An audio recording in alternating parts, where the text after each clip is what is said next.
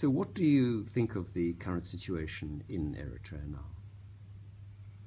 Intriguing is the word that comes to mind. To students of history and politics, fascinating. Here is a man who led a liberation struggle in the military sense brilliantly, organized and mobilized the Eritreans of both communities, Christian and Muslim, highlanders and lowlanders, and united them in an effort, extraordinary effort, to liberate a country against heavy odds. And then he proceeds literally to destroy what he created. That has been something I have not been able to understand. Some people give it some kind of expression of their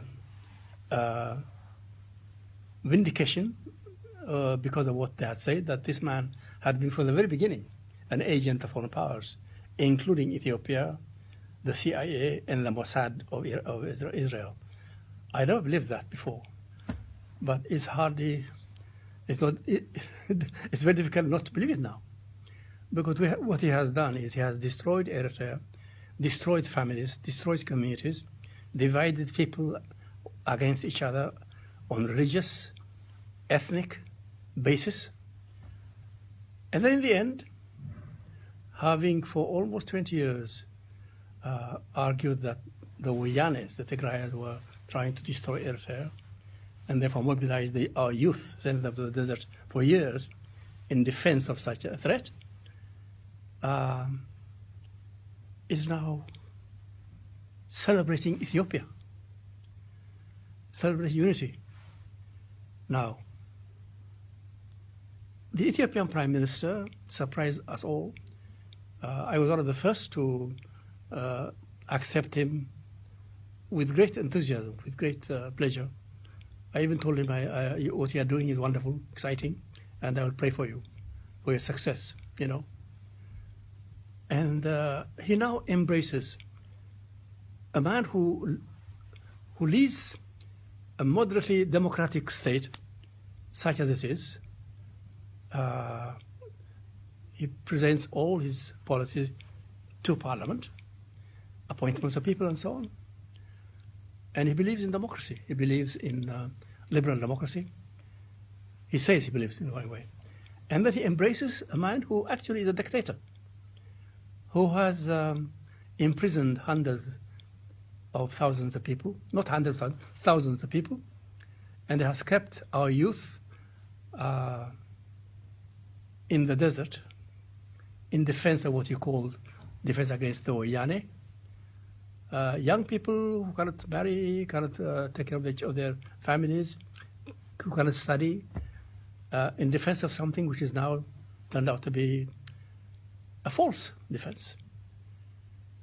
And anybody who knew Isaias and who has seen his carousing with Ethiopians, with the Amharas, going to Addis Ababa, tumultuous reception of the people, warm reception on the face of it, and in Awasa, laughing hilariously.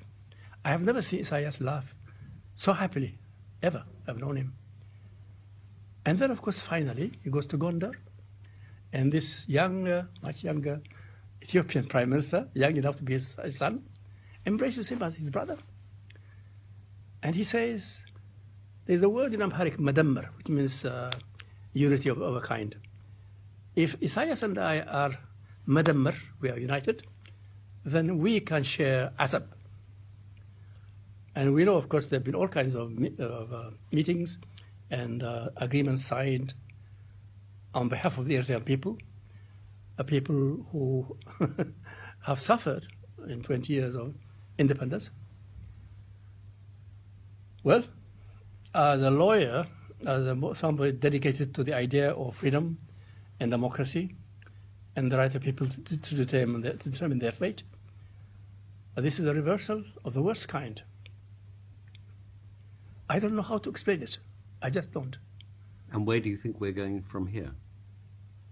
I don't know. I don't know. If we look at it from the Ethiopian point of view,